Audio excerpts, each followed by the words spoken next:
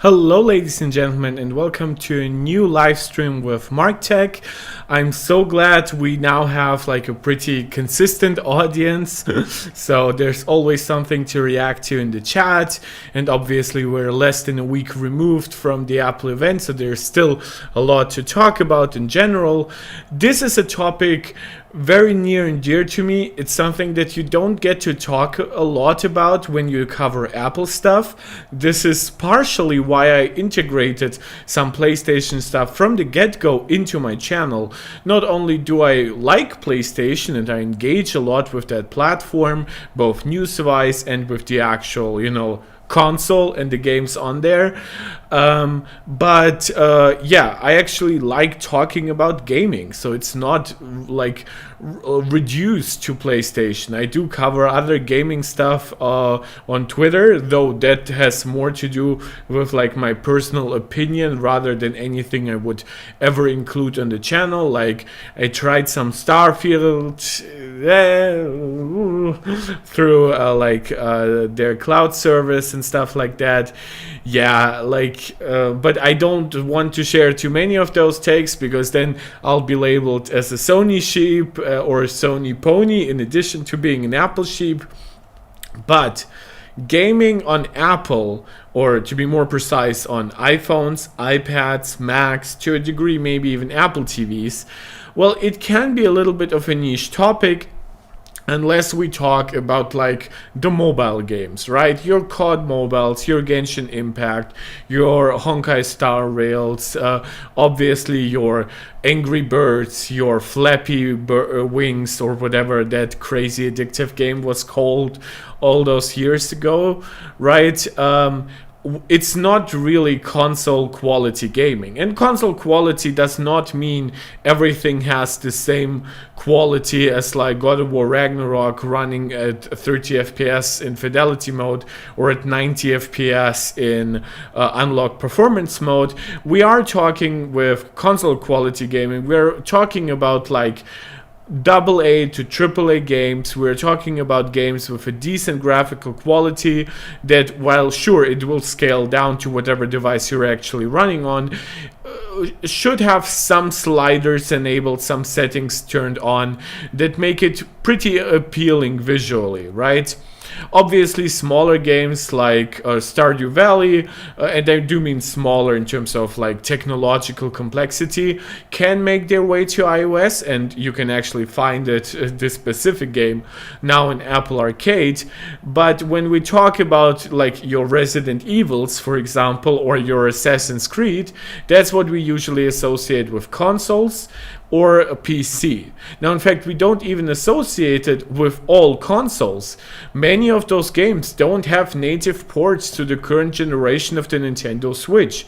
It's very likely they will get ports on the Nintendo Switch too, but it is a very different conversation altogether when we are talking about console quality games, because obviously not every console is created equal. That does not detract away from the fact though that the Switch has outsold the PS4 generation and obviously the Xbox One generation. So again, consoles are a pretty scalable term, so that's why console quality games are also a scalable term. However, it cannot be denied that mobile gaming has kind of sucked for enthusiasts for a while. In the year like 2011 to 2014, which I would call like the golden era of mobile gaming, I was extremely positive about mobile gaming. We just got like the iPad 2, which was like 7 to 9 times faster in graphics than the original iPad. The iPhone 4S, the iPhone 5 came out with great quality. We had like the Infinity Blade games from Epic. We had like the Gangster series, which was like a lightweight alternative to GTA, but still nonetheless pretty fun to experience on a mobile product. We had a couple of shooters that were pretty interesting, and then it all devolved basically into gachas, into basically gambling to a degree, and of course it has all become like infested with microtransactions, ads, and everything that will detract from your actual gaming experience. And since then, games like Clash of Clans, even though obviously they've been kind of on mobile for even longer periods of time, have become the absolutely undisputed mobile earners, which in turn has motivated mobile developers to only keep on making smaller games that are pretty cheap to make but have giant returns on investment. They would rather make 10 smaller games with the hope that one succeeds and makes like 100 times, 1,000 times its budget back, than to develop 1 or 2 or 3 games where like maybe one will fail, then the one will succeed like middlingly, and then the other one might make like 4 to 5 times its budget back. That's kind of how console games work. Not every game will be as successful as God of War Ragnarok. If, for example, when you look at Horizon Forbidden West, in my opinion, a fantastic game, and a game that I've actually put in more time than into God of War Ragnarok. But when you look at return on investment, even though HFW did make its budget back more than that, it still didn't have quite the same success as God of War Ragnarok. And then to bum all of you out, when you compare that to a game like Fortnite or the completely like multi-platform like Genshin Impact, then you will understand why a game like God of War Ragnarok is pretty risky to make in comparison to a somewhat smaller title, a title that has gacha mechanic, or a title that is like infested with mobile with like microtransactions, ads, and everything that sucks basically. Now, mobile gaming partially has been held up, of course, by performance, but I would argue that this economic part has been an even larger issue. Now, the economic incentive, though, still exists to put high-quality games onto more and more platforms. And the simple reason for that is because those high-quality games will still already exist, right? Those games are developed for PC and for console, so to bring them to mobile could become really attractive. When I titled this video and I said that it's a huge jump for gaming on Apple devices, or even a revolution for Apple gaming, I don't mean we're going to get like Apple making Sony quality level exclusives or Nintendo level exclusives, or even games like GTA by themselves and making it exclusive to the iPhone. What I do mean is that prolific third-party developers like your Square Enixes, like your, maybe even like a company like Rocksteady at some point could bring some of the older GTA games to the iPhone and stuff like that, right? Those companies have a big incentive to port those games. And the more powerful your platform is, and the easier it is to develop for, the more likely it is that you will get such a port. Now, the A17 Pro in raw numbers that Apple has advertised is not a huge performance uplift over the A16. However, there's a lot of special sauce here, together with a lot of software effort that Apple has been putting into managing how ports are developed for iOS and macOS, to the fact that iPhones, iPads, and Macs now share one development platform and obviously one kind of chip technology. This all empowers iPhone, iOS, iPads, iPadOS, Macs, macOS to be significantly better suited for higher AA and AAA ports than they have ever been. And before we get specifically into how gaming will develop with the things that Apple has already promised in terms of upcoming ports And in terms of what Apple has recently said in an interview about the A17 specifically, I wanted for us to break down some spec points between the A17, the A16, maybe to a smaller degree, a somewhat older chips, just to make you understand what is the big stuff that is currently happening that will empower what I call this next generation of Apple gaming, this big revolution in Apple gaming. So this is thankfully an article by 9to5Mac, so I'm really grateful they're combining this data. Obviously we haven't yet had like an NTech level reviews of the A17, so some of it is a little speculative and some of it is pretty much blank in terms of data, but that is absolutely fair at this point in time. We have already gotten some benchmarks, so they serve as a small baseline, and then of course the core technologies that Apple has outlined during the Apple event and that they have also mentioned on their website. So there's a lot that is coming in together here. So for one, it's called the A17 Pro, so we are moving away from the Bionic label. Whether that means that we'll get like non-Pro A17s, maybe with a lower RAM count on like the iPad mini, or maybe even an upcoming iPhone 16 non-Pro, remains to be seen. Maybe even like the A17 Pro will always be Pro, and then the next gen iPhones will have the A17 Pro and the A18 Pro. I don't recommend people really fixate on individual like labels, though it might be a little confusing given that the M1 Pro is a different chip than the M1, right? Or the M2 Pro is a different chip than the M2. So will there maybe be an A17 also with like one less GPU cores? It's possible. Obviously, I cannot guarantee that as of yet, but it kind of makes sense as like a potential device for an iPad mini or like an 11 or 12 gen iPad. Maybe at some point it could even be brought to like an Apple TV. So there's a lot of interesting stuff that could be happening here. But for now, let's focus on the A17 Pro in the iPhone 15 Pro and 15 Pro Max. Just briefly make sure that my stream is still working. Yep, it all works really well. Actually really glad, because as you guys have noted, I've had some problems with OBS until my last stream, but I fixed it for the last stream, and since then we've been riding smoothly. So, hardware specs. It has 6 CPU cores, which compares to, again, 6 CPU cores on the A16. It's the same composition here of 2 high-performance cores and 4 high-efficiency cores, which also results, given that none of those cores support multi-threading, into 6 cores with 6 threads.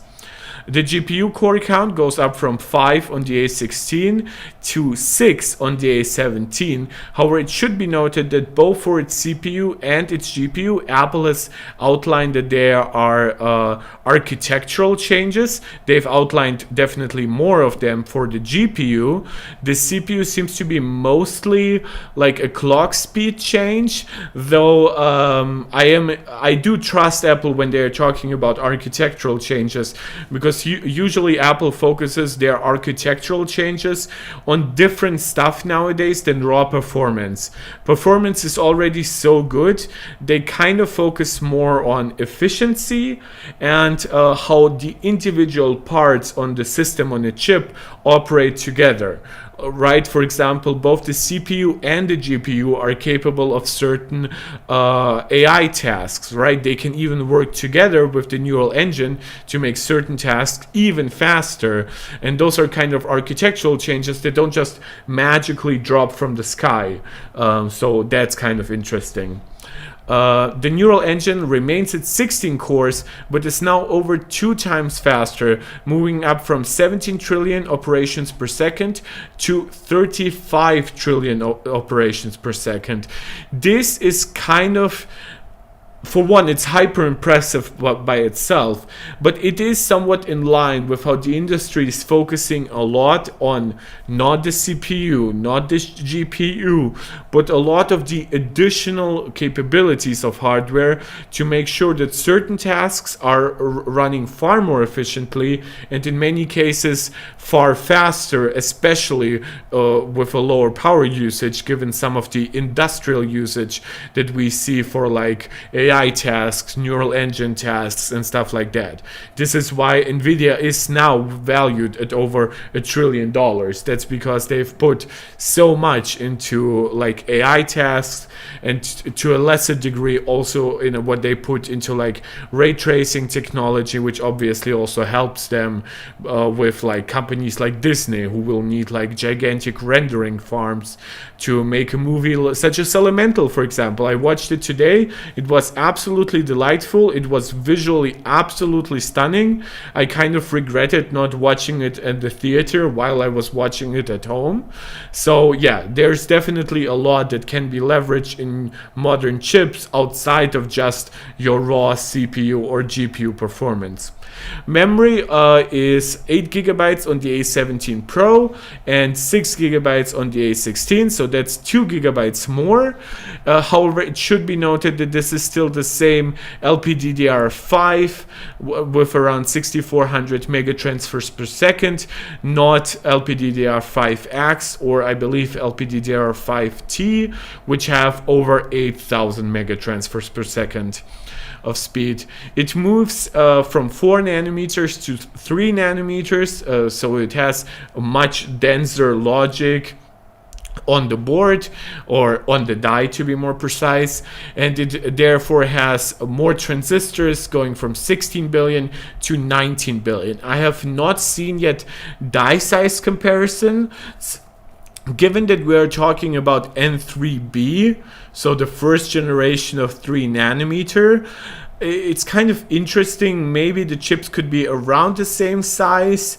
Maybe the A17 could be ever so slightly smaller with its 19 billion chips, given how much 19 billion transistors, given the potential density increase. But I'm kind of inclined to think that they are very, very similar in size. However, obviously, I can be proven wrong here.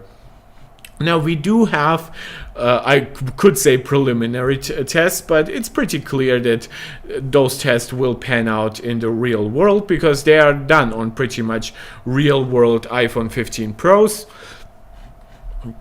So Apple promised a 10% faster CPU, and what we're getting is 16% faster than A16 for a single core, and in terms of multi-core performance, it's a 13% faster. Now, I think given that we are talking about second generation 5 nanometer to like 4 nanometer, which is like 2.5 gen of like 5 nanometer, A14 here would be like first generation of 5 nanometer, that we're moving from this to the A17 Pro in just 2 years, right? This is the phone that I have. It's now pretty much exactly 2 years old, my iPhone 13 Pro Max, with a full 5-core like GPU. Obviously CPU will be the same regardless of your GPU count, but regardless, right? I think going from 2183 on the A15 to 2519 and the A16 and to 2914, which again is 16% faster than the A16 here, I think this is impressive. Actually, this is pretty much exactly what I've expected. I expected the A17 to start hitting around the 3000 point level in Geekbench. So that to me is really, really fascinating that we are actually getting that. Because when Apple originally said that it's only 10% faster, I was kind of skeptical if we might be like going from 25. I remember this being usually around 2550 maybe to like 2780 to 2800, right? I mean, that's not a big difference to what we actually got, but I have speculated that we would be getting around 15% performance uplift, which is lining up really nicely with real world results, which are between 13 and 16% and above the 10% that Apple is claiming. Apple does not really base a lot of their claim on just super standard benchmarks. I'm curious to see what like the exact cache count and stuff like that on this chip will be, because to anybody who knows, like the cache has actually gotten a little lower from the A15 to the A16, or at least when we are talking about the shared cache. Like the CPU specific cache has actually gone up a little from what I understand, but like the shared cache has like gone from A15 with 32 megabytes to 24 megabytes on the A16. Now sometimes you need to actually manage cache in that way, because more cache can result in higher latency, and Apple also had faster memory from the A15 to the A16, so they kind of compensated for that trade-off. But yeah, it was interesting nonetheless to see that technically there was a spec point about the A16 that was worse than the A15. And then in multi-core, I'm actually pretty impressed here, because it is pretty much like a plus 35% to almost 40% uplift over my A15 phone, right? Going from 5144 to then 6367 on the A16 to then 7199 on the A17 Pro. So while it is only a 13% uplift over the A16, given that we are talking usually people not upgrading before 2 years or even 3 years, if we added the A14 here, we would be seeing far worse results in comparison to A17. So I'm actually pretty happy about it. Again, this is now in line with what I expected. I would have been fine with 10%, but I'm actually really glad to see that they got it a little higher, which seems to mostly come from it running at about 3.8 gigahertz at top speed now. So again, as Apple advertised here, the two high performance cores are 10% faster, have improved branch prediction, and have wider decode and execution engines. Let me just very quickly look that up. A17 Pro Geekbench. I actually want to see, I think there was like a photo of it, of the benchmark. So let me very quickly just see if it says something about the ARM architecture. It does not say if it's ARM v9 or something like that. Nope, it does not. So we do have the confirmation of 7.5 gigabytes here. We do have the cache count. I'm actually gonna look that up briefly. A16 Geekbench.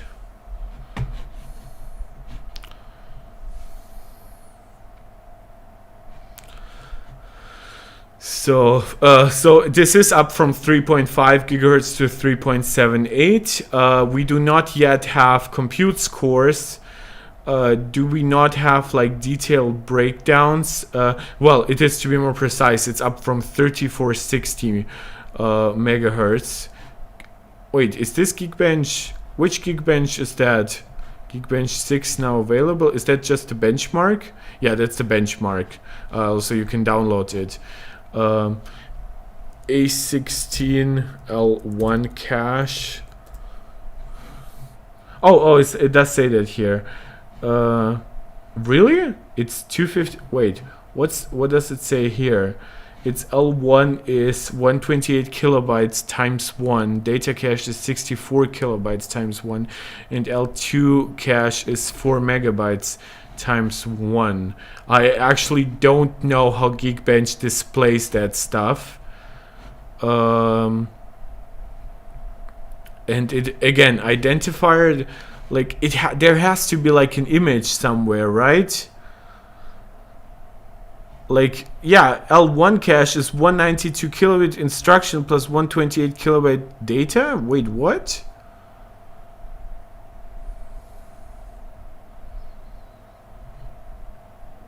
So yeah, it is, as I said before, LPDDR5 6400. L1 cache. Oh, it might not be fully separating them. the instruction and the data stuff, like with the per core difference here. And again, it does says L2 cache is 16 megabytes shared, which is that correct? Yeah, I should have opened up a website like this prior. L1 cache, Geekbench, but I guess, I mean, we're all here to learn, right? This is the German website, so I apologize for that. A level 2 cache is 20 megabytes. Level 3 cache is... that's what I've been talking about, by the way. It's the level 3 cache that I talked about when I said, like, the shared cache, because this is usually where both GPU and CPU will have very easy access to. Versus that one is like 32 on... wait, why is there like no image? Oh, there's the image. Yeah, it shows the exact same cache in comparison to the A17. Oh, that's actually really good that I looked this up, because it kind of is indicative that, yeah, if Apple wanted to, they could be getting more performance out of this.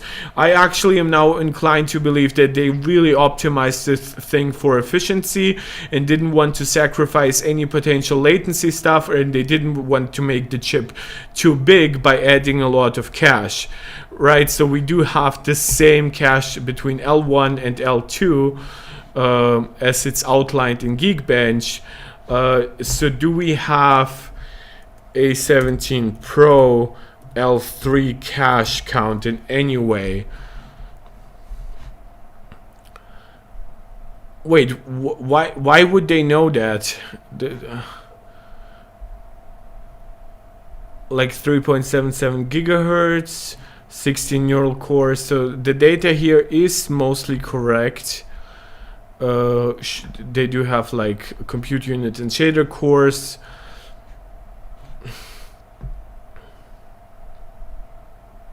They do outline that it's LPDDR5 6400.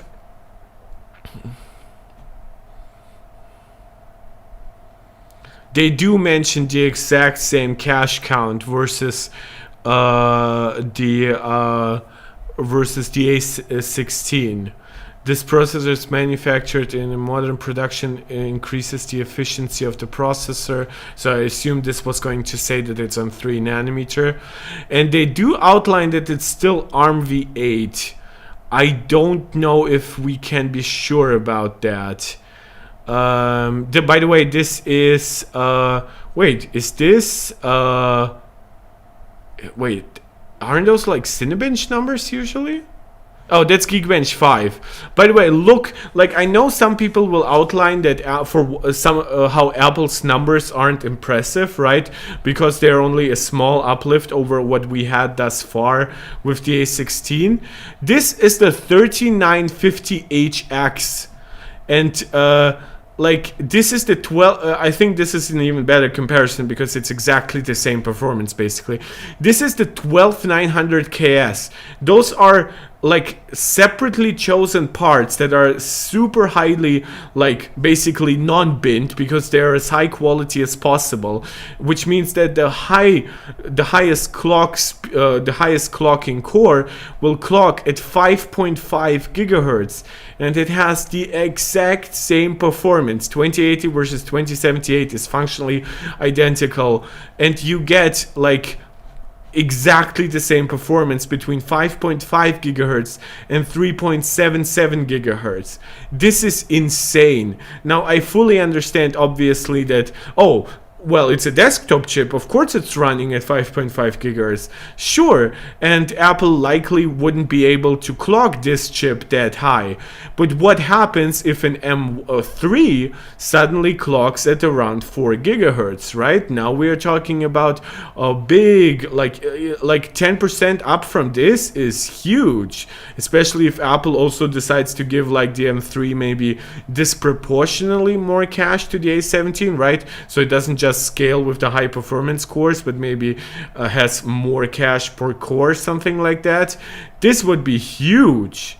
So yeah, whenever people want to be disappointed, please show them this and tell them that they need literally something. I believe one core here will like draw around like 60 watts potentially at that super high speed. Now sure, it will draw significantly less even if you drop the frequency by like 200 megahertz, but now we are below the performance of the A17, and that is a super huge deal.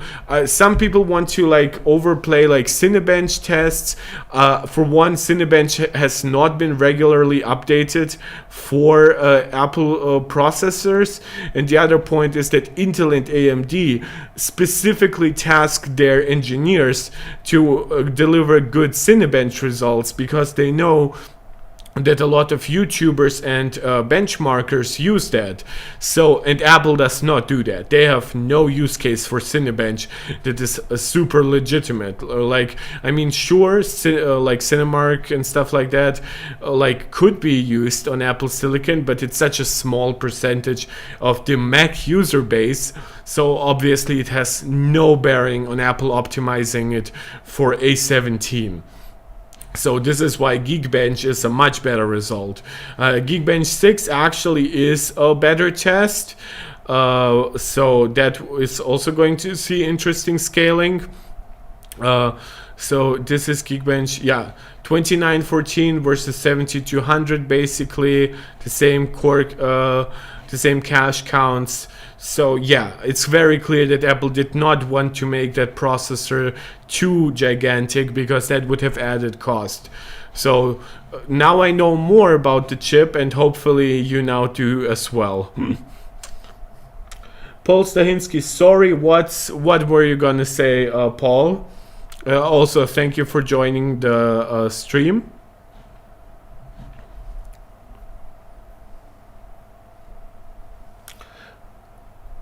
Your first language, if I may ask. My first language is Russian because I'm coming from Moldova. My second language is German, and then my third language is English. CPU efficiency, Apple is not making specific claims, primarily because probably 3 nanometer is not that much more efficient than 4 nanometer. We are talking about N3B right now, which is technically more dense than it is efficient in some ways. Also the A17 clocks higher, and you do lose efficiency once you really go up with clock speeds. Yeah, so they do call it the most efficient mobile CPU, and they say it has 3 times better performance per watt than the competition, which I assume is the Snapdragon 8 Gen 2, which with its efficiency cores, which is also interesting because the Snapdragon chips have technically 2 different like efficiency cores.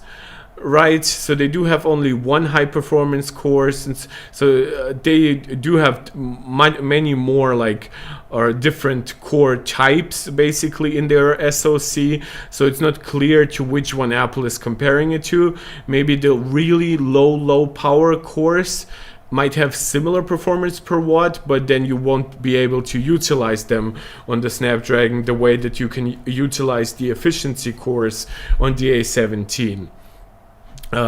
They also talk about the higher RAM amount, and then we get to the really interesting stuff, which we unfortunately don't have like any benchmarks of yet, is the GPU. Now Apple calls this a Pro class GPU. I would say it's a desktop class GPU, you could say that. It has a new Apple designed shader architecture with support for mesh shading. It is up to 20% faster, which is pretty much exactly how it should be, right? Considering that we are going up from 5 cores to 6 cores. And Apple is also claiming improved efficiency, which would come partially from the entirely new architecture, but also from the jump from 4 nanometer to 3 nanometer. Paul, you're saying, oh cool, wish you a great stream. I'm waiting the most for an upgrade of new iPad. Well, we are going to get to how I think the A17 like will scale to the M3 iPad, right? Where I will outline just how important some of those features are. and considering that by default, like even an M1 likely would have like more raw compute performance than an A17 Pro, imagine like the performance uplift of an M3 with all the ray tracing, and especially if Apple gives like the M3 faster memory, right? If they use like LPDDR5X or 5T on the M3, which they currently are not on the A17 Pro, I think this would be huge because it would push the M3 chip from 100 gigabits per second of speed of memory bandwidth to basically like 130 to 140 gigabits per second, which is huge for a mobile chip. This really, like, it by itself wouldn't transform the performance, but with more cores, with a higher, obviously, like a power envelope than the A17, that will be a huge deal. Also, I want to say thank you. We now have 8 people watching, which I really appreciate, because I know this isn't like a specifically like a hot topic, so to speak. But yeah, I really appreciate your guys' support. So if you want to ask something in the chat, I'm of course open for that. Of course, please leave a like so the algorithm will help more people find us and all the other YouTube jazz. So there is also new rendering features which come from the new GPU architecture. And of course, the biggest feature, beside like, of course, mesh shading, it remains to be seen what an actual difference it makes, because technically shading has already been very advanced going to the A16 and the A15. There's a lot of software stuff in Metal 3 that technically does mesh shading stuff like stuff. But obviously having it now baked into the hardware by default is a big deal. And ray tracing has actually been talked about by Apple for years, at least since the M1, but it has been software support, and now we finally get hardware-based ray tracing. Riveting tail chap, linguistic Mark saying I'm handshaking in terms of linguistic. Also, hello from New York, good friend. Yeah, oh yeah, of course, riveting tail chap. Yeah, I do know who you are. You haven't chatted in for quite a while, so I'm really glad you're back. And thank you. If I assume this is a compliment to my linguistic skills. It is 11 a.m. though, so they're not at their highest peak either. So what is Apple claiming when it comes to hardware accelerated ray tracing? Now, for one, ray tracing is a different way to render certain parts of the image. Primarily, we use ray tracing in regards to reflections, right? If you're looking at a mirror or a body of water, for example, ray traced shadows, whether they're coming from the sun or maybe a local light source.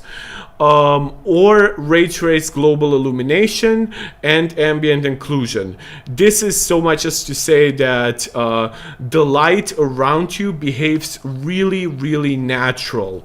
For example, and this will appeal more as an argument to somewhat hardcore gamers of you, is if you go into a cave in a game that does not have hardware accelerated ray tracing, or any ray tracing for that matter, you will find that the cave might look surprisingly bright for something that does not have like a really like white light source, right?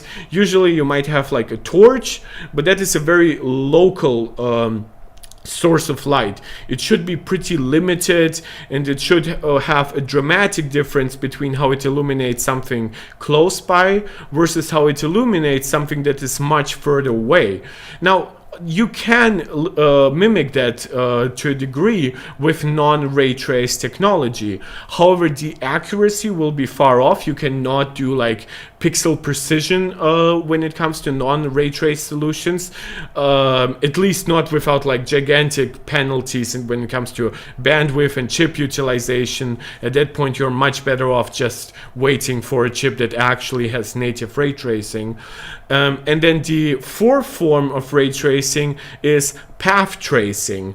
At that point, you're trying to basically render almost the entire image through ray tracing. So you don't just like render the specific reflections, the specific shadows, the specific light, which also includes like light bounce, by the way, when it comes to global illumination. So if you have like a green neon sign, right, something close to the sign will also be green, while with traditional rendering technology it will likely be limited to the actual sign, right? But with path tracing, what I described with like the sign could be happening across the entire image. So the sunlight is like perfectly accurate, and the way it falls onto every object is like calculated super precisely.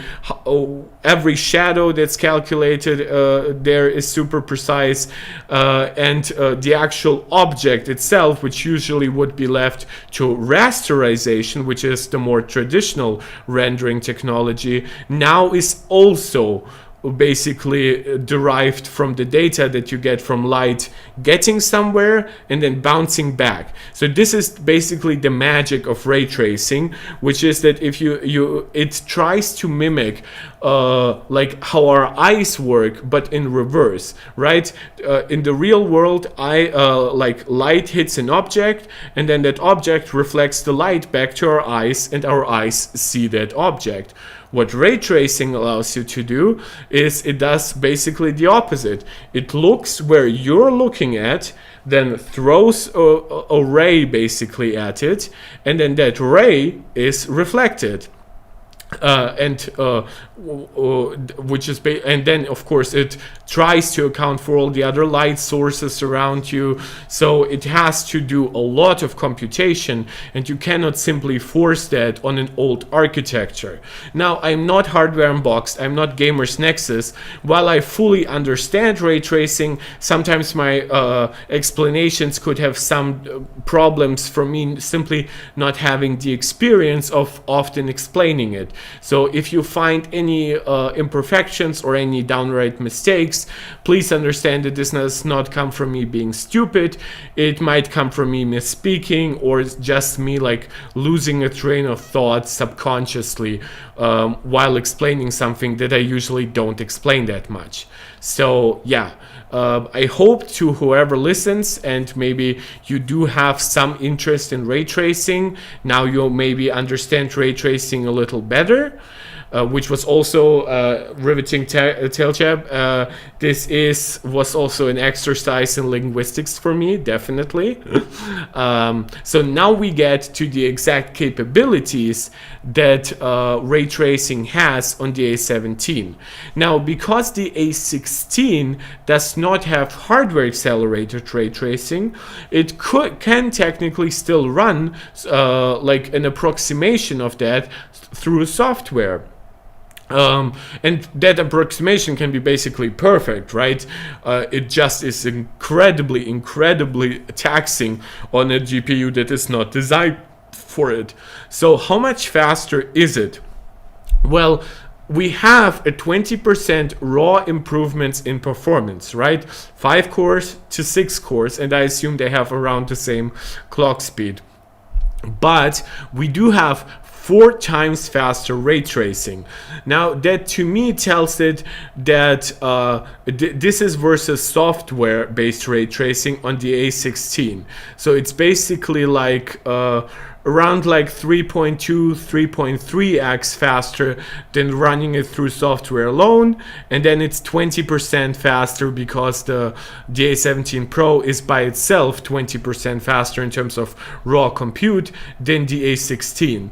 Now, the way Apple tests it, they showed like an image with ray tracing on the A16 and with ray tracing on the A17, and we got like an about 4x performance increase. I believe it was from like 8 frames per second to 32 frames per second. So yeah, this is kind of interesting because the more ray tracing you have in the image, I assume could further like widen the gap between them. So maybe if you go from an image that just has ray traced reflections but now also has ray traced shadows, ray traced global illumination, or maybe something that attempts an entire like path traced image, maybe the gap could grow to like 5x, 6x, 8x for all that matter, because by that point we would be talking about something that the A16 would only be generating like 2 frames per second of, or something like that.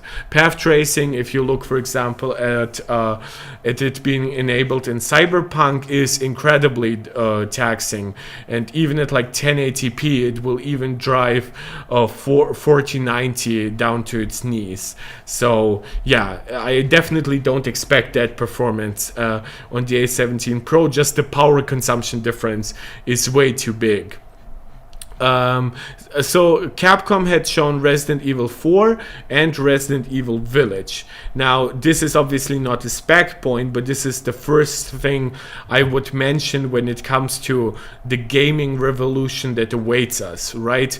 Because, well, we do already have Resident Evil Village for the Mac. So if you could potentially have like one purchase that entitles you, now I don't yet know the specifics about these two games, right, from Capcom. I hope that they are cross-purchase between like iPhone, iPad and Mac eventually, but even if Capcom specifically doesn't do it, nothing prevents a developer from making a game for iPhone, for iPad, for Mac, and letting you access it with one purchase.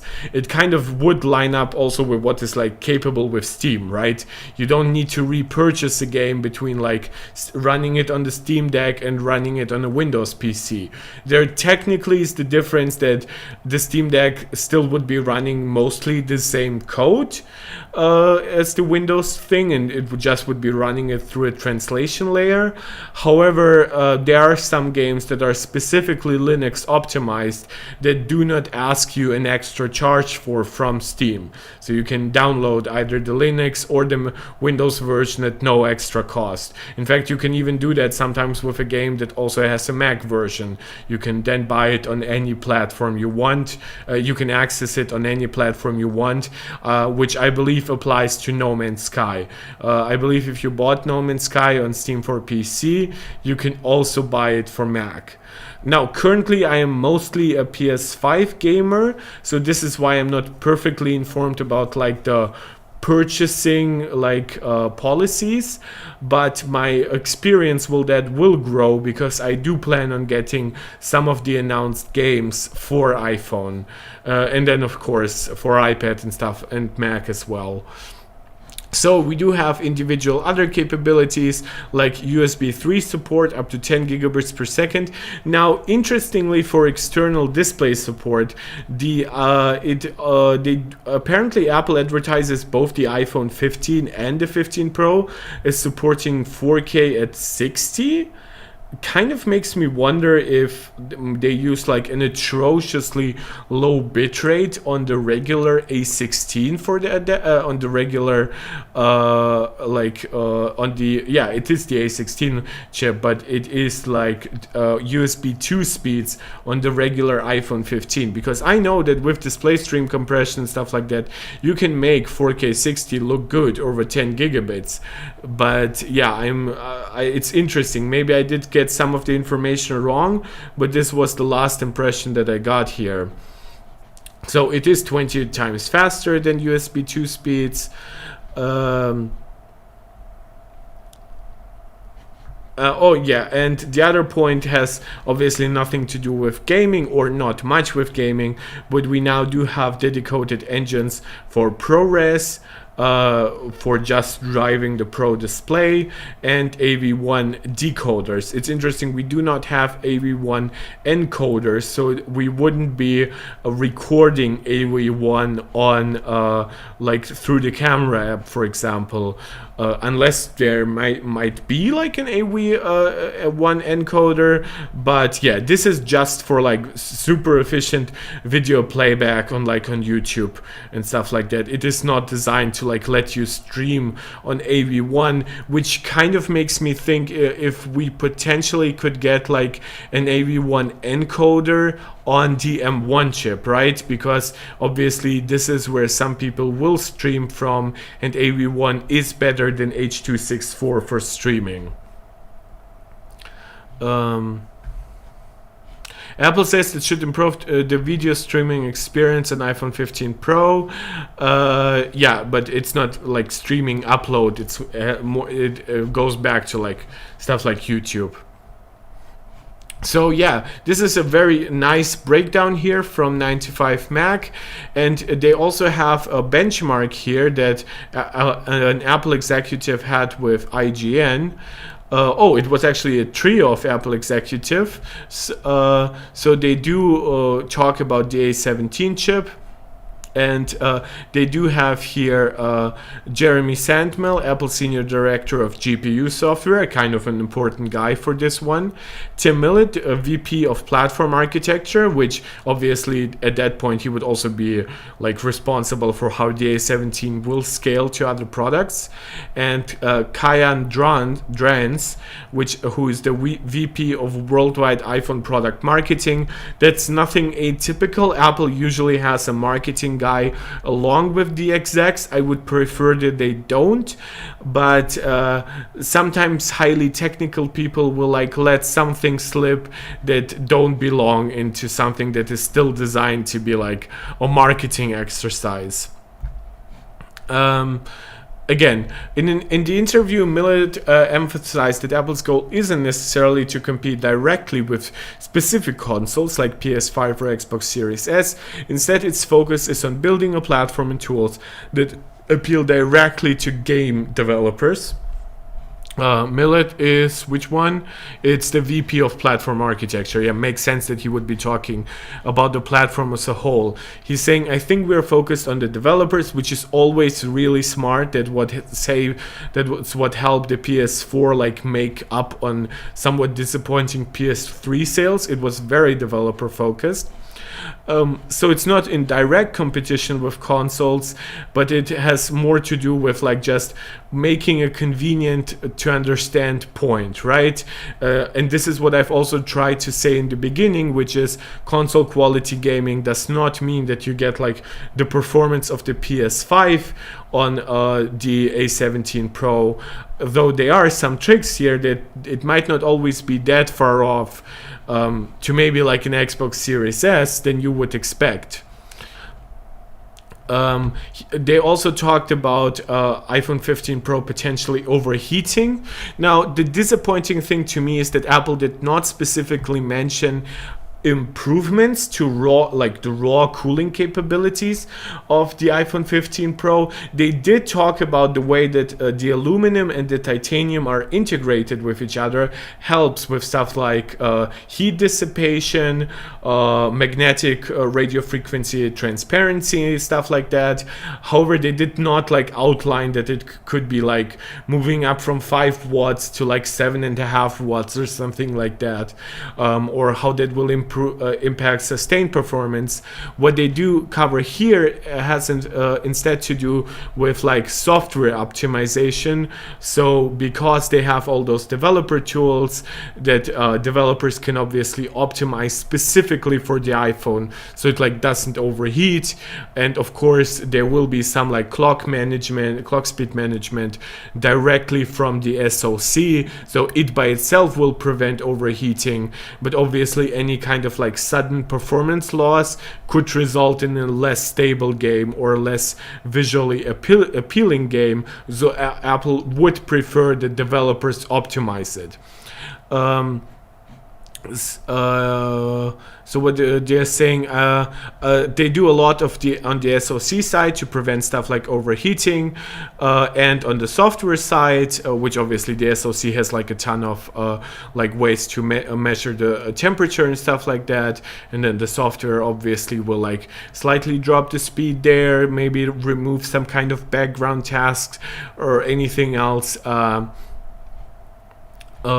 So they also talked about a balance between performance, quality, and more. Now this goes also back to like optimization, though they do talk about it here a lot, which has a lot to do with another point that I didn't yet mention, which is when we go back to the A17 specifications and we find the neural engine specifications, right? It goes from 17 trillion operations per second to 35 trillion. Now, what Apple is enabling with it, now we do not know if it's possible on older chips yet, but for a while we've had a technology called MetalFX upscaling, and I think the best thing about it is if I simply show it to you on Apple's website.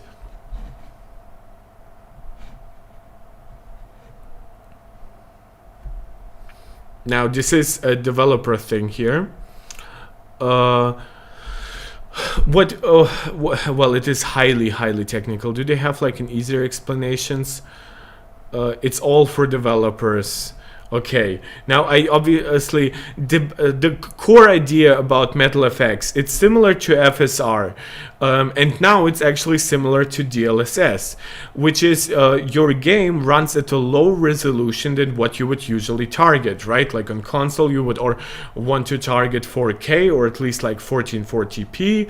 On your like PC monitor you might want to get the native resolution of that actual monitor, but sometimes your GPU will not be good enough to render that image at that resolution with those graphical features that you want at a certain frame rate that you might want. So what you instead do is you render the frame at a low resolution, and then there is some penalty on the GPU as it uses algorithms to apply an upscaling mechanism, which also helps with temporal upscaling, like it works with temporal upscaling or spatial upscaling. Temporal is usually way better. And then it saves on the frame time that you need to render a specific frame. Let's say we are talking about like a 60 frames per second game here, right? Or let's say this is let's say this is a 30 frames per second frame, right, up to here. So this would mean that here we're talking about, I'll actually move that away from where my face is covering it, I'm sorry. So this would be this would be 33 milliseconds, right? 33.3 milliseconds.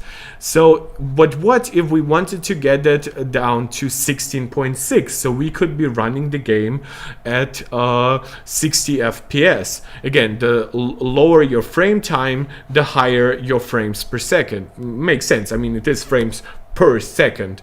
So what you do here is you could run the game at a high resolution, a native resolution or something very close to it, and then you get a 30 FPS game because you need 33 milliseconds to render each frame.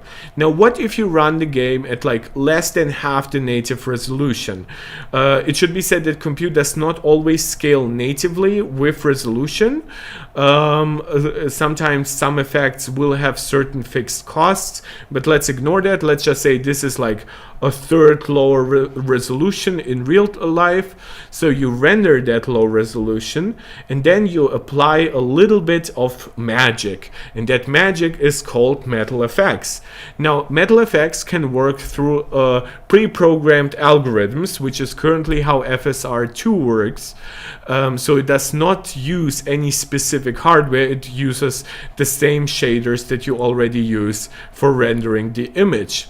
However, what you now can do with the A17 Pro, or at least through like newer frameworks in iOS 17 and stuff, you can now run this through the neural engine, and this brings it far more in line with technologies like, or with specifically a technology like DLSS.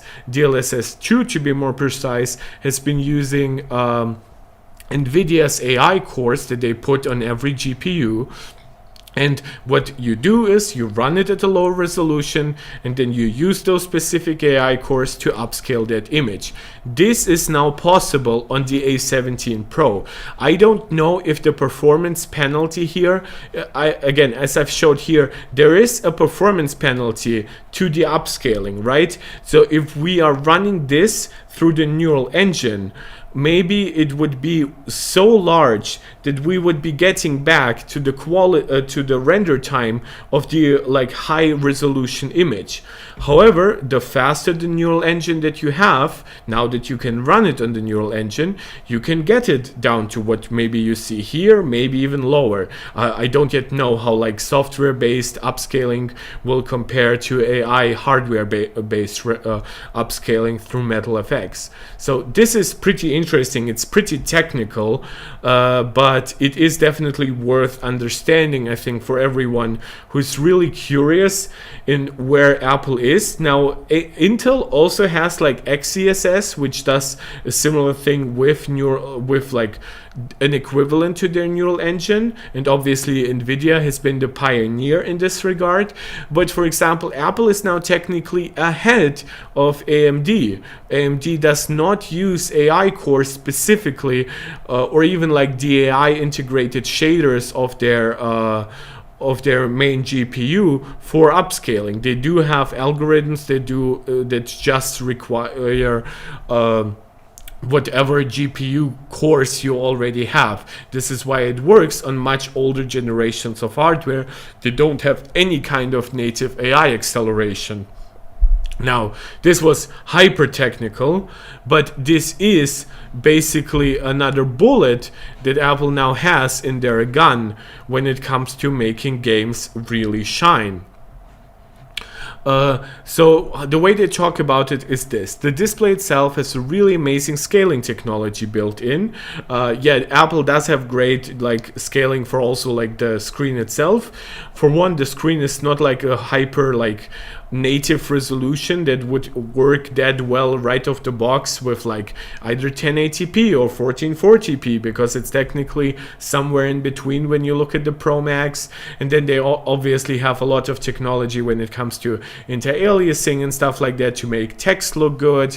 And then they have some stuff to compensate for the pentile matrix of the OLED panel that they use, so it's not a perfect like red, green and blue subpixel. Some pixels share like an individual subpixel between them. Again, it's very technical. I do want to leave that on the channel at least for one video, because I hope that will like put it out there that I at least know some stuff about this. My knowledge definitely isn't perfect, but yeah, so Apple does talk about scaling here, and I did want to talk about what I know.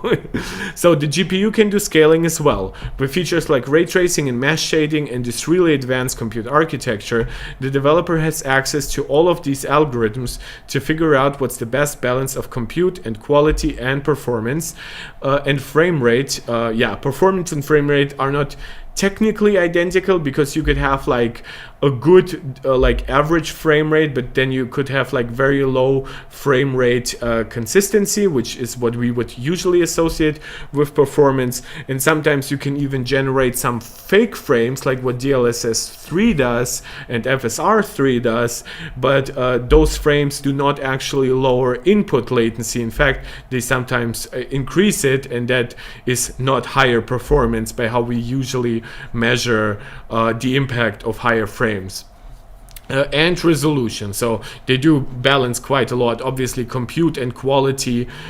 Compute is impacted by quality and resolution, so those three things kind of like belong together. And then we bring it all together in the software and at the system level, which is again a very big advantage for Apple, a very big reason for why consoles sometimes outperform like PCs that will cost 2 or 3 times to build than your $400 or $500 console, because you get like really hyper optimized software for it.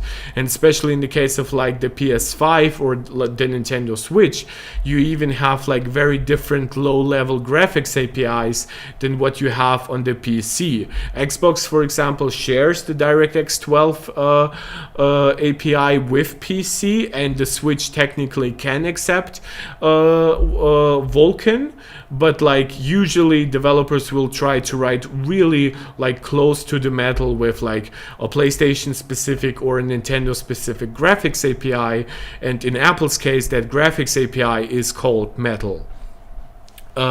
We make sure that there is sustainable, high performance, long battery life, comfortable to hold experience for somebody to play these amazing games. So we designed the whole thing to make the gaming experience great, including making sure the performance and battery life is sustainable. Is that really all?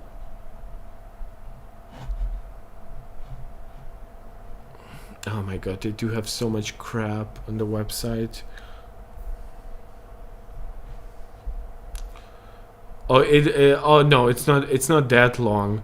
Jeremy Sandmel, yeah, I think I read that, and this is why I projected it into part of the answer. Is, as you probably know, there's the display resolution, which again is how they also scale, and then there's the gaming resolution, and then the frame rates, the game rendering. With technologies like MetalFX Upscaling, we can sort of separate those two things. The game can run at really high frame rates, get really great quality results, and then upscale whatever resolution the display, whether that's the iPhone display or in an external display.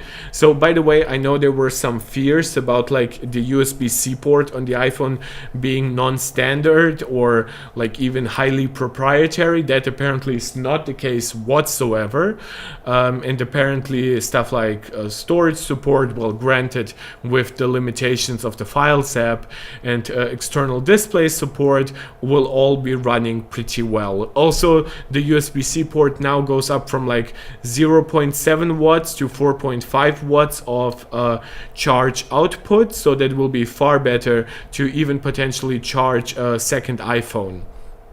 But as it will be primarily thought for like your Apple Watch or your AirPods. So the iPhone can even connect to these 4K displays and then can drive them externally, doing whatever you do on the phone, including gaming on these other displays. The resolution and frame rate are going to highly depend on what the game's actually doing.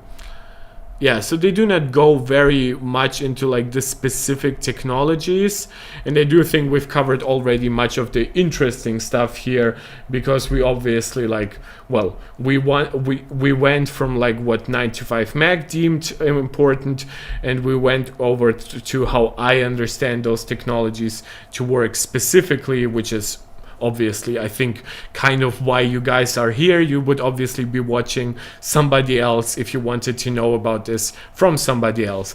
Also, a big heart to anybody who is just joined us. We went from 182 subscribers to 183. As always, I highly encourage people to subscribe if you like what you see. Please also, as I said before, leave a like if you really enjoyed this video, so we eventually have more and more people watching each video, because I think the interaction with chat makes me a much better YouTuber, and I do believe that it's also more fun for you guys, especially with me doing live streams. And now that I see my live stream actually there, I can see that the hearts actually worked. So now we've talked a lot about new core technologies, right? And the base like features of the new, or improvements you could say, of the actual chip. Now, how does Apple choose to talk about it is very important to me. Now, they call it a monster win for gaming, and this kind of inspired me, as you can also obviously guess from the image, to make this video. As they say, it's a Pro class GPU. So it's actually interesting because this is like the first thing they like cover with the A17 itself, right? If you go through the actual website, you will find that they talk about like the titanium chassis. Below that, they will talk about the camera. They do not really talk about this chip a lot when it comes to its CPU performance, or even like like Wi-Fi 6E or somewhat faster 5G. No, they really want to focus on gaming. And yes, 20% in terms of raw compute is not a lot. I mean, it's definitely decent when you consider that usually GPU generations have like 2 years between them. And so, but this is like 2 years. But there's also wasn't a big jump from the A15 to the A16. So yeah, it is basically not that impressive if you just focus on the raw compute. However, we do have more. We do have hardware accelerated ray tracing, which is 4 times faster than the software-based ray tracing that you could enact on the A16, but you most likely wouldn't because the performance would be too low. So it has more fluid graphics and true-to-life lighting. I think I explained this a little more technically, but also a little better. They're also calling this the fastest ray tracing performance in a smartphone.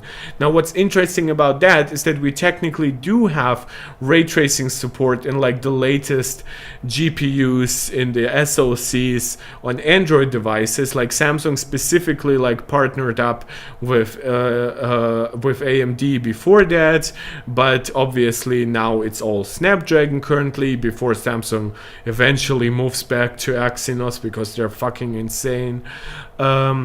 But nobody has utilized it in a significant way. Nobody has advertised it even. Like, I mean, Snapdragon 8 Gen 2. Terrible naming, by the way. Ray tracing, right? Like, I mean, it's YouTube. It's the first Snapdragon to support real-time hardware accelerated ray tracing.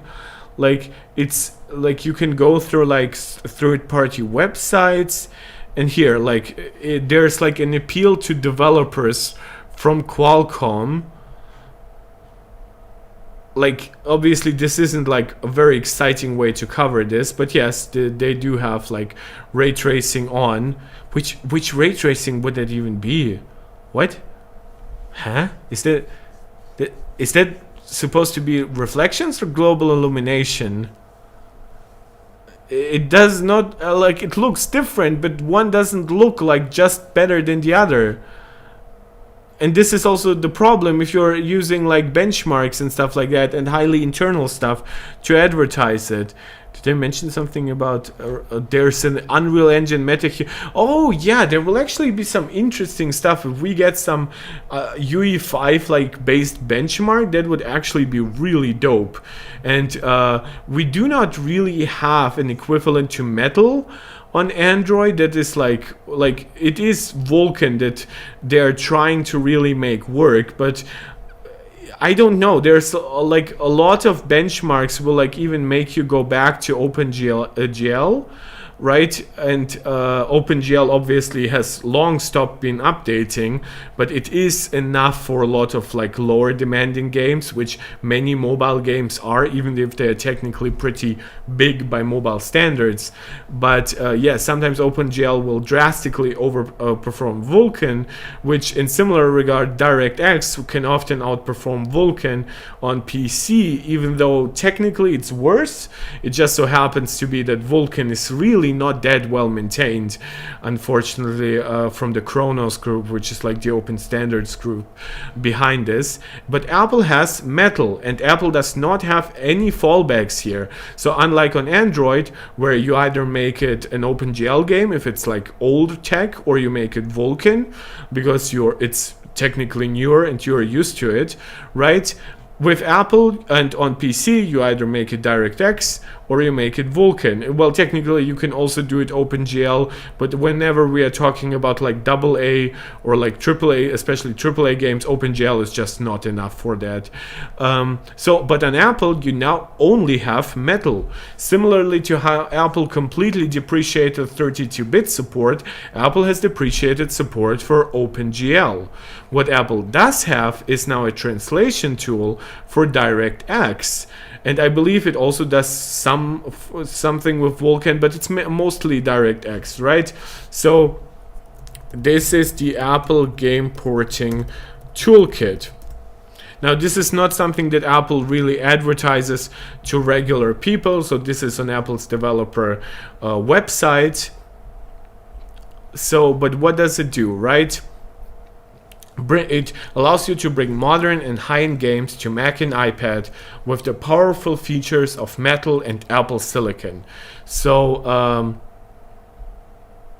does it say which one specifically it does? I don't think it's really necessary to cover that here.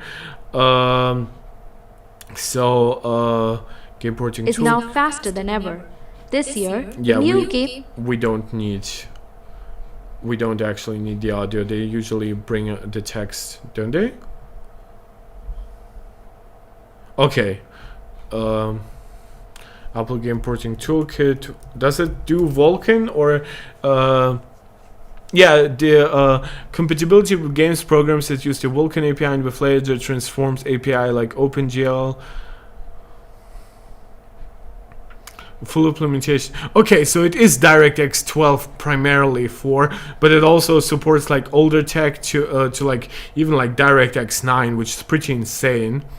It also credits DXVK, which would be for translating Vulkan code, which is really interesting. But I don't think I have yet seen people try out Vulkan games.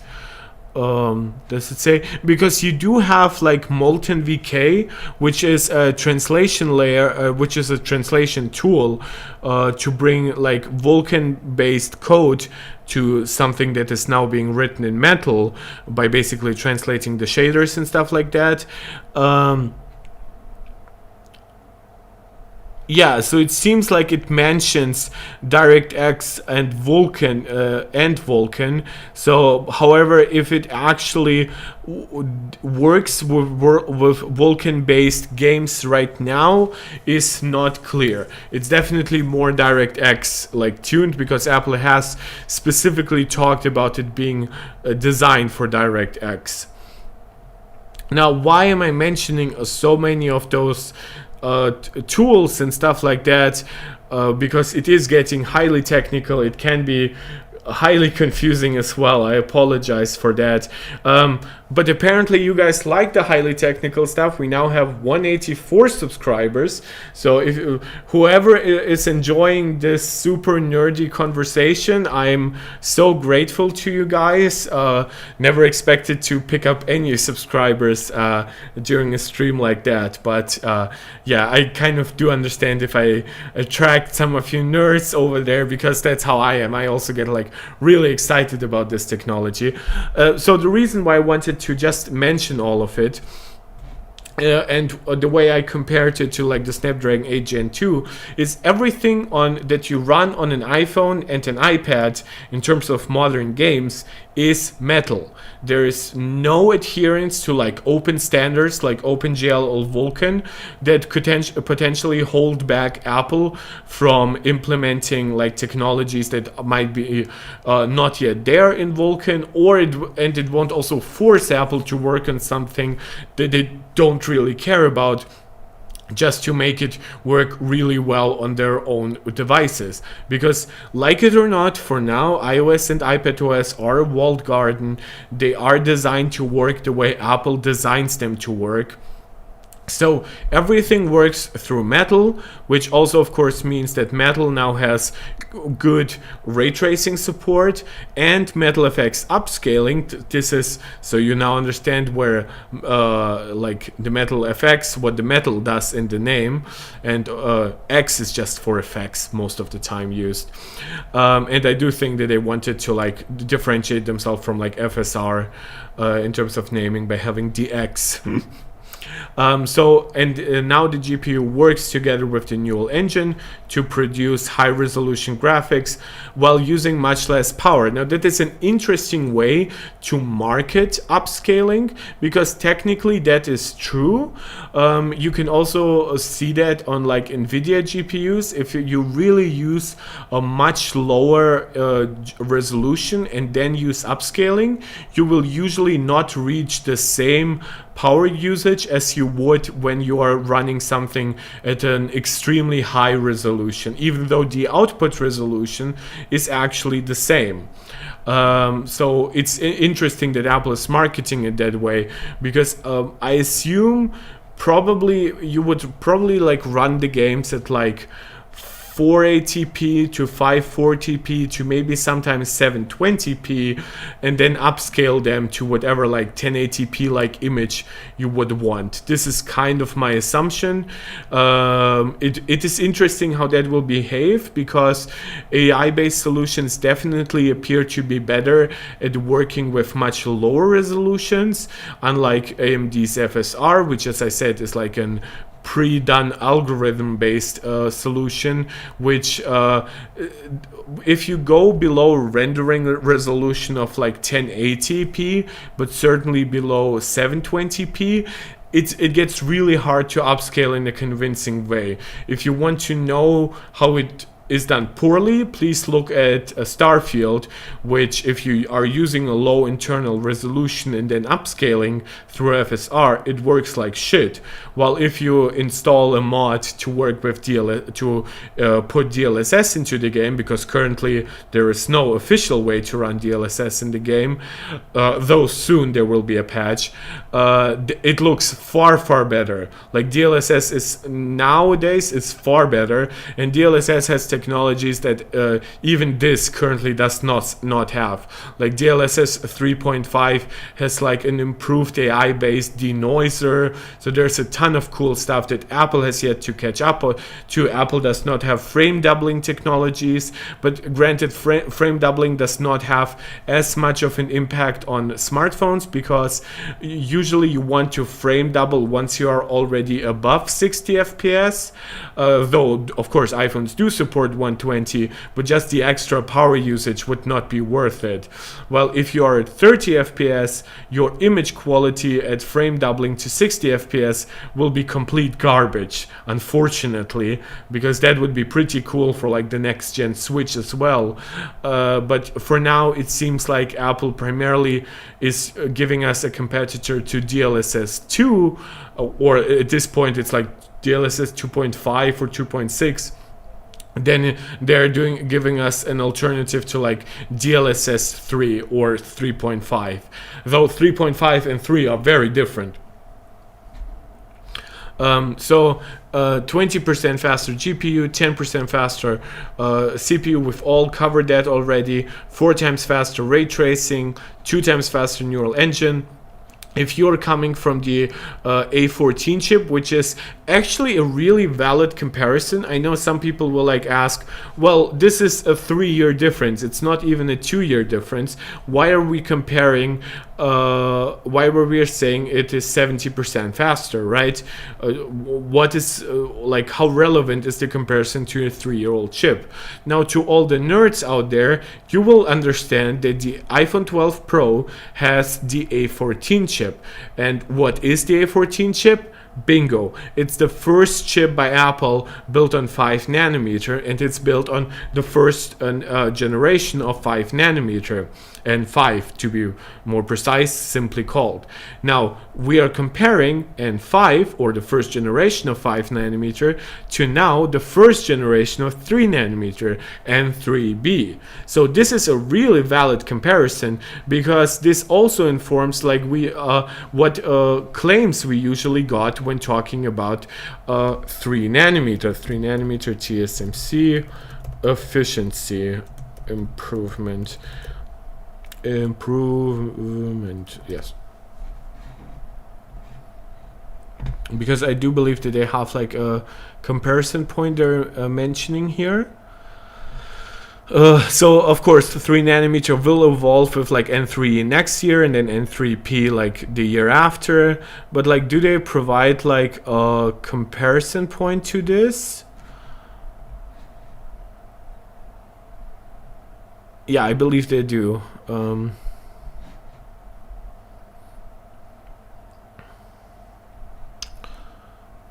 So this is also really important. Apple has secured 100% of the initial supply of N3, so there will be nothing else this year with 3 nanometer, unless it's another Apple-based chip. Unless Apple decides to launch M3 in 2023 still. We're basically done with 3 nanometer for 2023.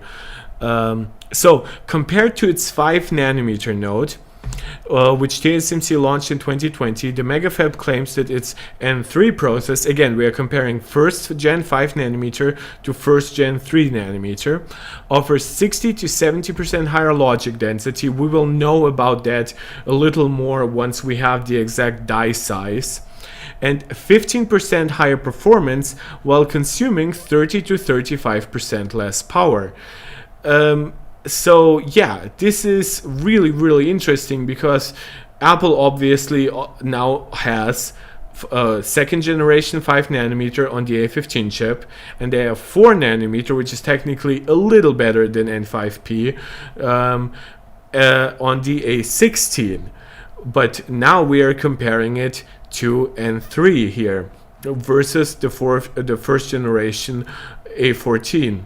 And this is where Apple makes their comparison here. 70% faster GPU is technically even above combining 15% higher efficiency, multiplying that with 1.35 with the higher efficiency, with the higher performance, right? Now, usually you don't get those improvements combined. So, but it seems like you are doing here. If the A17 Pro GPU gives you 70% more performance without actually using more power, or even using like 10 or 15% more power, that is a huge improvement and actually above TSMC's claims. So that is really good, especially since N3E and then especially N3P will supposedly give you a nice improvement as well above it. Also, to be really precise, when we are talking about N3E, this is something I really wanted to note, is that N3E will have 3 different ways that you can basically package it. So it will be like 2 to 1 fin, 2 to 2 fin, or 3 to 2 fin. So with it you will get like a different ratio of performance to efficiency improvements, because it can use a different like packaging density versus traditional N3.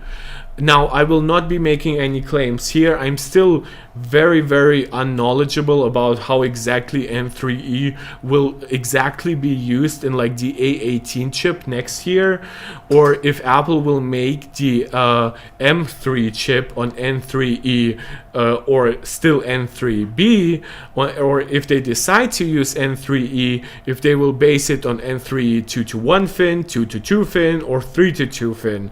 So I will not be making any promises here, but apparently this is just something that manufacturers will be able to choose, and it will just, like, the better it is, if essentially it could make it like partially more expensive, or even more importantly, you can like design certain parts of the chip to be like designed for maximum efficiency, or for maximum die size improvements, or for maximum speed. So what you could do is you could use the densest N3E version for the cache, which usually does not scale well, and that could help it a little. Cache usually does not get as much smaller as the logic does. Then they could use the highest efficiency one for the neural engine maybe, and then the highest performance for the GPU, or maybe they will just base everything on like a middle of the road solution. So there's a lot that I cannot tell you simply because it is pretty much open. It's pretty much open to however Apple decides to do it, and I definitely don't have insider information here on what Apple will decide to do. I apologize if this is a highly technical video. We are now almost 1.5 hours into the video. No, I think I didn't. Wait, at which hour did I start? I almost forgot. Like, let me just. Yeah, it is an almost 1.5 hour video. I thought for a second I might be nearing 2 hours, and that drove me kind of insane. So yeah, there's a lot here about 3 nanometer to consider, but what it brings us back to is that 70% improvements over a 3-year-old chip. As much as this might not sound insane to anybody who has followed improvements over like the last decade or even a decade and a half, if you are moving up all the way up from the original iPhone in terms of news coverage. However, what you do get here is in the timeline of now highly diminishing returns with gen to gen improvements, 70% in 3 years, and technically it should actually be more in real world results, is actually highly impressive. It's not mind-blowing, and I would say the architectural improvements, bringing ray tracing, the neural engine improvements are all more impressive than the raw compute improvement. However, I would not poo-poo the comparison of A17 Pro versus A14 simply because it's not like 100 or 120% faster than a 3-year-old chip. We're unfortunately past that era, and I wouldn't, for example, expect an A20 Pro chip to even be like more than 50 to 60% faster, unless we also get it like concurrently with the first generation of 2 nanometer. And then we also get like giant architectural improvements, but that is always hard to predict. And we're also, of course, far off from like 70% improvements for like the CPU. GPUs still are scaling a little better than the CPU for the most part. So what else do we have? Oh, we did just have this. It's actually not a lot. So yeah, this is basically what Apple is giving us for now. We've talked a lot about the actual specifications of the chip. We've talked about how Apple sees it and its like architectural and software improvements improving gaming. They also like advertise it just as a part of the smartphone, but RE4, RE or Mirage A17 Pro.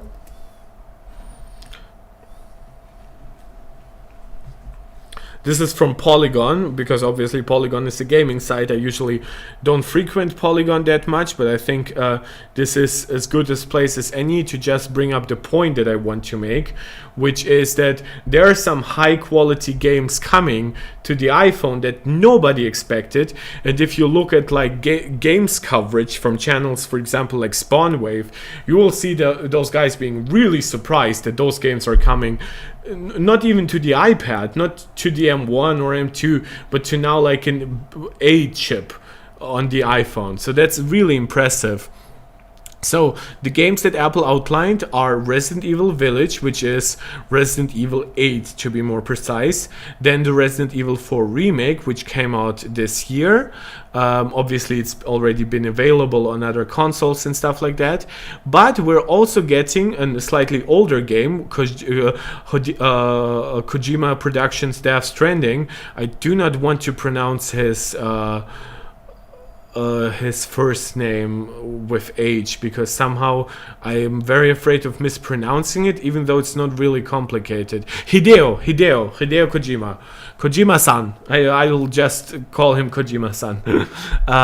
And actually a new game, which again, Resident Evil 4 is still decently new, but obviously it also happens to be a remake. Death Stranding is a few years old, and Resident Evil Village is as well at this point. But we are getting Assassin's Creed Mirage, which is basically like Ubisoft's response to people saying we don't like Assassin's Creed RPGs. We want to go back to the stealth-based gameplay of the old times. If you want to know how that game actually plays, please check out Luke Stevens' first impression of it. I really like him as a game reviewer, so I really like recommending him.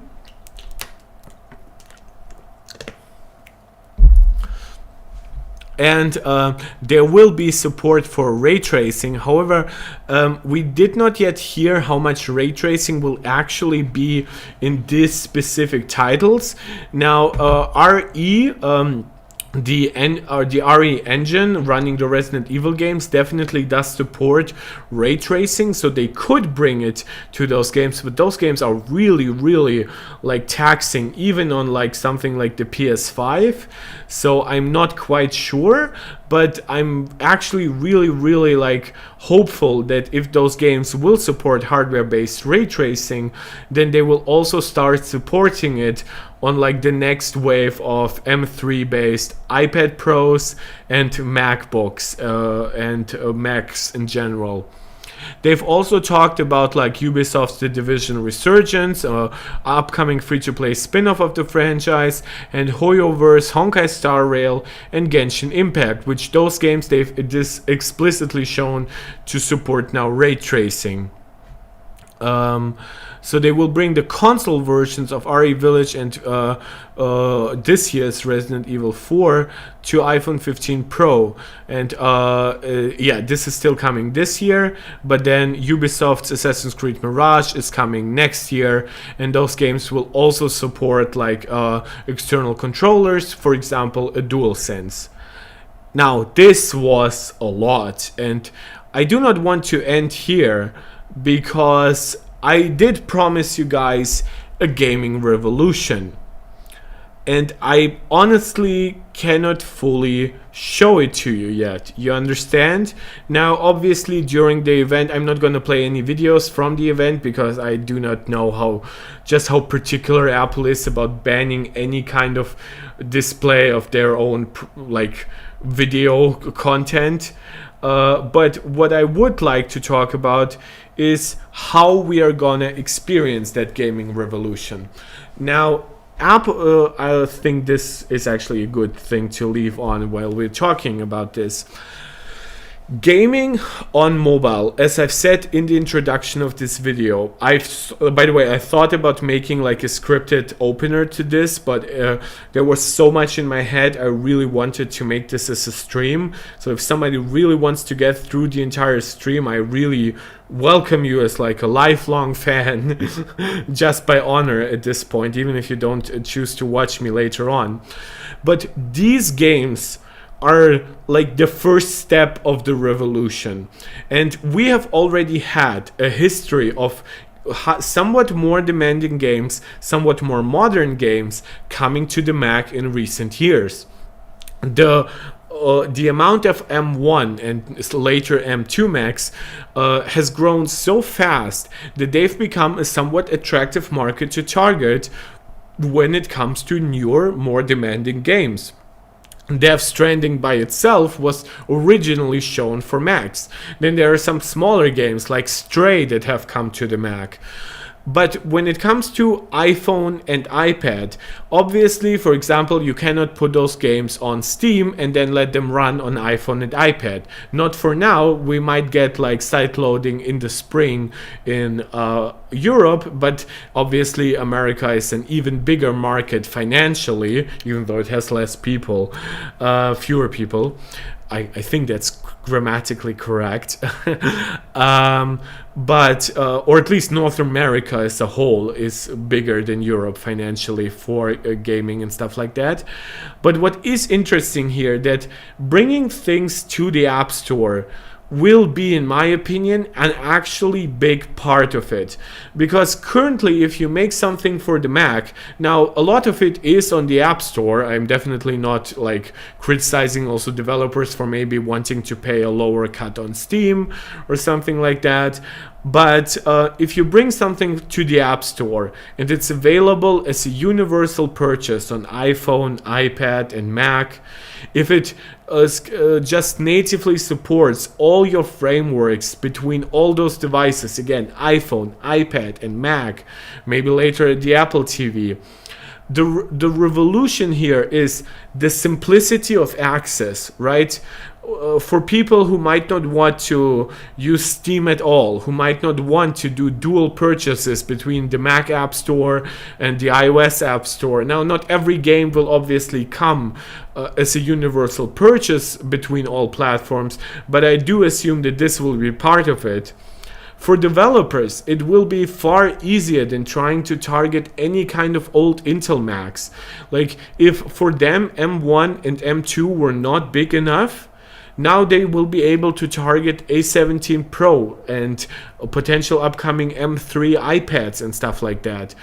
If maybe their game was so demanding that it previously only ran on like an M2 Pro or an M2 Max, now they will be able to leverage entirely new technologies by targeting the M3, by targeting whatever will come with the next generation iPad Pro, the next generation MacBooks, the next generation Mac Minis. And God knows what could happen once we get M3 based Mac Pros, right? And maybe an M3 Extreme with 4 dies of M3 Macs cut together. That will be fascinating if we ever see that. Now, the interesting part to all of this is, of course, there's also specific things that can and will happen because of the difference between a smartphone or a much larger tablet, and then especially an active cooled Mac like a MacBook Pro, Mac Mini, Mac Pro, or even just a MacBook Air that just has a much larger aluminum chassis to dissipate heat from. When we go back to the actual like compute claims, you'll find that those definitely aren't very impressive. So if we look at DM3 potentially being only 10% faster, only 20% faster than DM2, suddenly DM2 looks a lot less like a stopgap solution, right? A lot of people claim that DM2 is only a stopgap to DM3. However, it looks like DM2 will actually have about the same CPU performance increase because it increased like clock speeds by a similar amount, and DM2 is actually 50%, like it's technically 35% faster in terms of GPU versus DM1, but a lot of real world tests will actually put it at like 50%. So this will actually outpace the improvement of the A17 over the A16. So will M3 be actually a somewhat disappointing generation? And in my opinion, it will not. Now, the 2 times faster neural engine will obviously also help it do a lot of MetalFX magic. 4 times faster ray tracing, again, this is with 20% faster compute assumed, so I kind of am inclined to believe that we might get a larger gap given that there are fewer thermal constraints. Apple can technically make the iPad a little more power demanding every year and just accept a small impact on battery life for the highest demanding applications. On the iPhone, that's really not the case, because if people go through the day and don't get to the end of the day with a full charge, those people will be angry. And on the iPad, it's a little more scalable, as it is on the Mac. But the important part to me here is, especially if you also look at like an M3 iPad, which we discussed, like an iPad Pro with an OLED screen, so now you could have like super fast response times. If you think about how Apple usually scales clock speeds a little higher, right? If we go back to Geekbench 6 results, what you will actually find is that the same generations of chips usually have, wait, where is it? Benchmark charts, let's go to iOS. Right, so when you look at the M2 chip is based on N5P, so on the same generation as the A15, and that one is clocked at 3.2 gigahertz. While if you compare it to the to now the M2, that runs at 3.5 gigahertz. The iPhone 14 Pro, which has a slightly newer chip than the M2 is, runs at 3.5 gigahertz, so it matches the iPad. if we go by what we saw here, right, the results from the A17 versus the A16, what you will find is that it runs at 3.77 gigahertz. I don't know if it shows that here, but we know that. We've looked that up, right? So by all accounts, the same chip on the same architecture would potentially run at 4 gigahertz or even like 4.1 or even 4.2 gigahertz on an equivalent M3 chip. And now we're looking at a potentially huge difference to the 3.5 clocks here. The multi-core obviously would scale similarly. However, it's also interesting to note that the M2 is by far the fastest mobile chip when it comes to like multitasking, multi-core performance. Even the M1 still destroys chip like the Snapdragon 8 Gen 2 when it comes to multi-core performance. So imagine having even just a 13% increase here that takes it far above 10,000 points, but most likely it would be somewhere around 15% improvements, and now we're looking at a really nice result. Unfortunately, with Metal, it's kind of hard to do predictions. If you look at the A16 is actually slower still than the M1. By all account, a 20% improvement would put it somewhere here, so not still full at M1 speed. But now look again at the M2 speed, which again, it has nothing to compare against when it comes to like mobile processors. Even if it's just a 20% increase, that is still huge. That takes it at least to somewhere around like 54,000. And now we're looking at really impressive results when we also start comparing it with the Mac. Now, ironically, there is already one chip that Apple has that runs at around 3.7 gigahertz. And that is the M2 Max. That's how it runs in its high performance mode on MacBook Pros, or it's the way it always runs on, right? Or does it have like, no, there is no like 4 gigahertz version, right? High performance mode M2 Max. That's M1 Max. I should really change my language to English. German really just drives me insane here. M2 Max, gigahertz.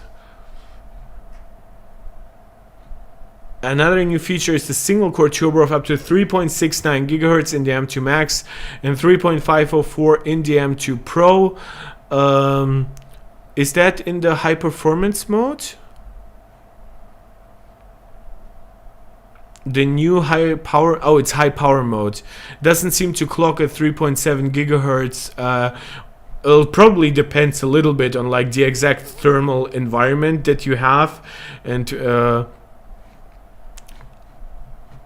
so it's high power mode. I think the 3.7 gigahertz is in high power. Use high power mode. Does Apple actually like claim anything?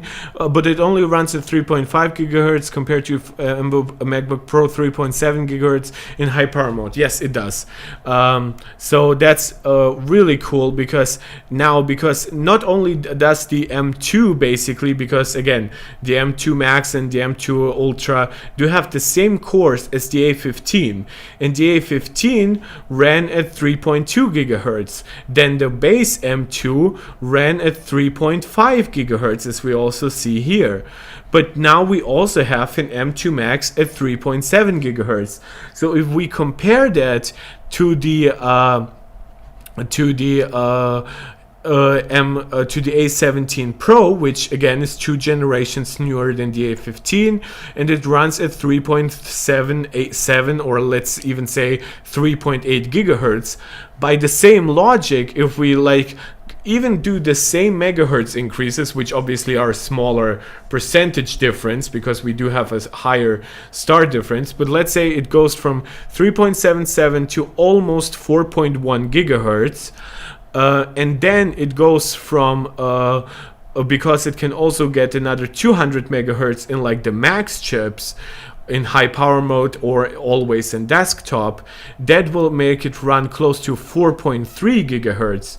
And if we do some rough math on my iPad, that would be 2800 divided by 3.7 and multiplied by 4.3, right? It technically would be 4.27, but I also am calculating with 2800 versus 2803 to be precise, right? Wait, what is the division button? It's not the same. How do I type that in right?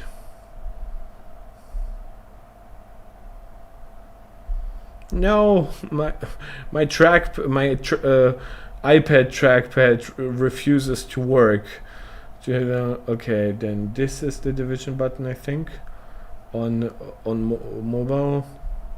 Yes, that would result in a result of 3254. So that's a really nice improvement, and that is considering that we don't have any separate like cache advantages on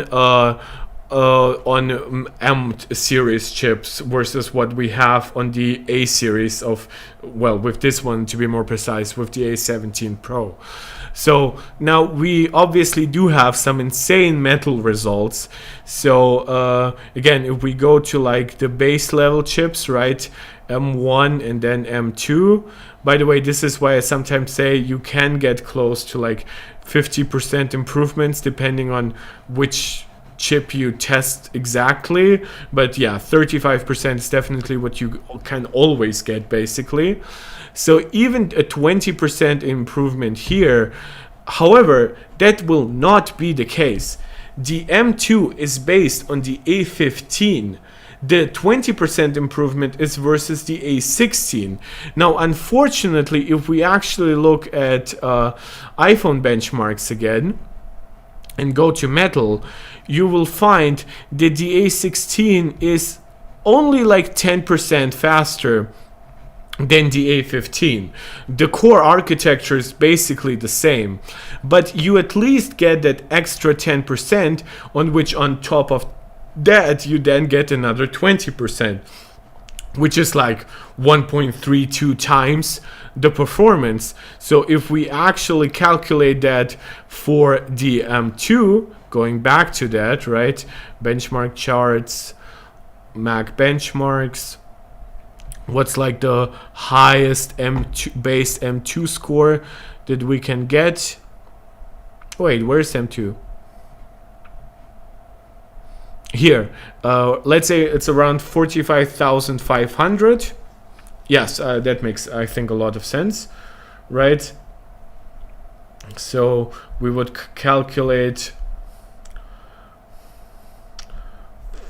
45, I'll just type in exactly 4516 times 1.1 times 1.2, which is what Apple promises here. And we would be getting a result of over 60,000, which would put it into the realm of the M1 Pro, which sure might not sound hyper exciting, right? But this has literally double the cores, double the power consumption. Well, yeah. Well, it doesn't have double the cores of the M2, but it comes close to like double the power consumption of the M2. I was quickly comparing it to the M1. Where would the M2 Pro sit? Well, the M2 Pro would be like a third faster than what we would get with the M3. So the M3 would sit basically exactly like between the M2 Pro and the base M2. And if you then consider like ray tracing performance, right, over the regular M2, right? Now, to be more precise, we are comparing like that 4x that Apple has given us is over the A16, so that has to account for like a 10% improvement over what the A15 generation would be, which is what is in the M2. Now if we actually take that result, now obviously it wouldn't scale perfectly here because this is like raster scaling, and ray tracing would be like, well, a different rendering technology. But if we take that that 45,000, give it a 10% improvement, and then calculate it times 4, now we are at 200,274. This is the power of the M2 Ultra. It's basically this exact result, and at least this exact, like it's probably gonna end up somewhere between them, but closer to this. So when it comes to ray tracing, actual like the new lighting exciting technology, the M3 will likely give you the same ray tracing result as the Mac Pro. And while that might sound insane, you have to remember some older benchmarks that we went through on this channel, which go back to Blender results for Macs. And in terms of Blender that works with hardware accelerated ray tracing through optics, which is NVIDIA's specific API, you could sometimes find Macs underperforming chips that cost like a tenth of what the machine costs. And sure, while there's more parts to the machine than the chip, the value was far higher on the PC side. And we were talking about chips that would then perform very similarly in raster. Like, let's look, Blender optics versus metal. Now you obviously cannot use optics and Blender on the same GPU, but NVIDIA optics is 4 to 5 times faster than current metal implementation, which is exactly what Apple will be targeting here. Again, a chip that is 20% to 30% faster in raster, but then also like 3.5 times faster in metal, which is exactly what would bring us to about the improvements that we see here. Like technically it would be like exactly 4.5 here for Apple. Don't ask me to go back through the calculations. I know I'm pretty correct, but some of it will definitely be a little skewed by just making assumption on how well it all scales. Now, we also do have like benchmark charts for ML. Do we only have like recent results? Yeah, and you do have like, wait, why do we not have like, oh yeah, it's wait, why do we only have like Apple in the top? Do we not, are there no people running this on Windows at all? That's funny. So the neural engine, this is specifically here, would then have a result of around 6,400, actually slightly higher than that because it's going up from 17 trillion operations per second to 35 trillion operations per second. There's actually an impressive result here from the Snapdragon 8 Plus Gen 1, so I assume technically the Snapdragon 8 Gen 2 could be outperforming this, and part of that has to do with wait, where's the A15? Well, the A15 is decently slower here. Actually, wait, where's the A? Yeah, here, 2720. Well, it's, yeah, like the improvement from the A15 to the A16 hasn't been dramatic, but now it is. So this actually is really good. When we look at just the GPU, which is also interesting because the way Apple integrates like their neural engine, it does not have more cores on like the M series chip. So it will interesting to see it maybe will get some MetalFX bottlenecks because maybe it just doesn't have the necessary performance on M series versus what it has on A17, right? Because the AI upscaling will rely on like a ratio between like your raw compute and then however much AI improvement you can apply to that. Obviously, the higher your original compute output is, like the more AI you need to really make the AI the more important part of the rendering, right? As we've seen in like the developer website, where you can really like reduce your compute by running at a much lower resolution and then apply the AI upscaling. But there might be a chance that Apple could use like well, on the Max chips they technically do have two neural engines, they just aren't used simultaneously. Maybe they could make that true on this version, so you would have like one neural engine on the A17, on the M1, and on the A17 Pro, on the M3, and then the M3 Pro, but then the M3 Max could technically utilize both its neural engines. And when we just look at machine learning tasks, the GPU on obviously the M1, the M2, the A16s are fantastic for that. Actually, some good points here for the Snapdragon 8 Gen 2, which almost has the same GPU AI results as the A16.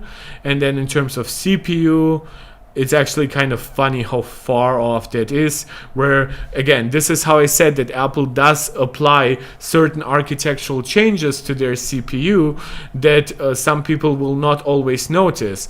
Because Apple has optimized their CPU for at least some AI tasks, you get like 600 from the latest Samsung chip that launched like 6 months ago, while if we go to the iPhone 14 Pro, you get 1000, which is like it's 2/3 faster, and that chip launched a full year ago. If you then assume that maybe the new CPU is at least another 10% faster, maybe like in 16% faster, similar to what we saw in Geekbench, then we're obviously almost twice as fast. And then of course, when we go back to the neural engine, this is where we're gonna see by far like the biggest win here. So, and the magic with gaming for Apple is how all those things will come together, because Apple does have that, basically that dominance over hardware, software, services, over even like the games that ship here, because obviously it's not like Apple can force developers, but they can offer them money, they can offer them assistance through their own engineers, and of course Apple can also like block bad games, which can reduce like the perception of the platform, right? If a really demanding game tries to launch in the App Store but it constantly crashes, then Apple will not allow it to launch. Or maybe they will take it off afterwards if enough people complain. But because there is a level of quality control and of course an entire control of the pipeline between you getting the iPhone, behind what happens before an app reaches you on that said iPhone, like the developer frameworks, the app store that technically can share purchases between like all major Apple platforms. This all brings together what I assume is the first wave of revolutionary activity. I am a leftist, so I will use terms like revolutionary activity when it comes to Apple gaming. And this was a very long video. I'll try to wrap it up because I have already said my part. But yeah, of course I will be open to any questions you guys might still have. I do know that I lost a lot of my audience with how technical I got here. I didn't even intend to do it this way, but it just so happened. I'm also glad that I didn't like make an introductory statement. I don't even think I will like do timestamps on this video because kind of everything is kind of important. So big thank you to anybody who watched even a 10th of this long video. A big thank you to anybody who supported all my previous videos. A big thank you to anybody who is thinking of subscribing, leaving a like, recommending it to friends or family members, just sharing it on Twitter, maybe following me on Twitter. And as always, you can also support me directly. My Patreon link is in the description. After a very long and a very technical video, and after no further questions in the chat apparently, thank you guys again, thank you girls again. We are actually, a small side note, now at almost 12% female viewership. If somebody feels non-addressed by me mentioning guys and girls, you guys know how inclusionary I am on this channel. So whether you are non-binary or any kind of other association that doesn't feel covered by guys and girls, I still welcome you with all my heart and with open hands. And with all of this, I see you guys next time, hopefully far less technically and nerdy, but this was still nevertheless a ton of fun. Thank you so much. This is Mark Tech, tuning out.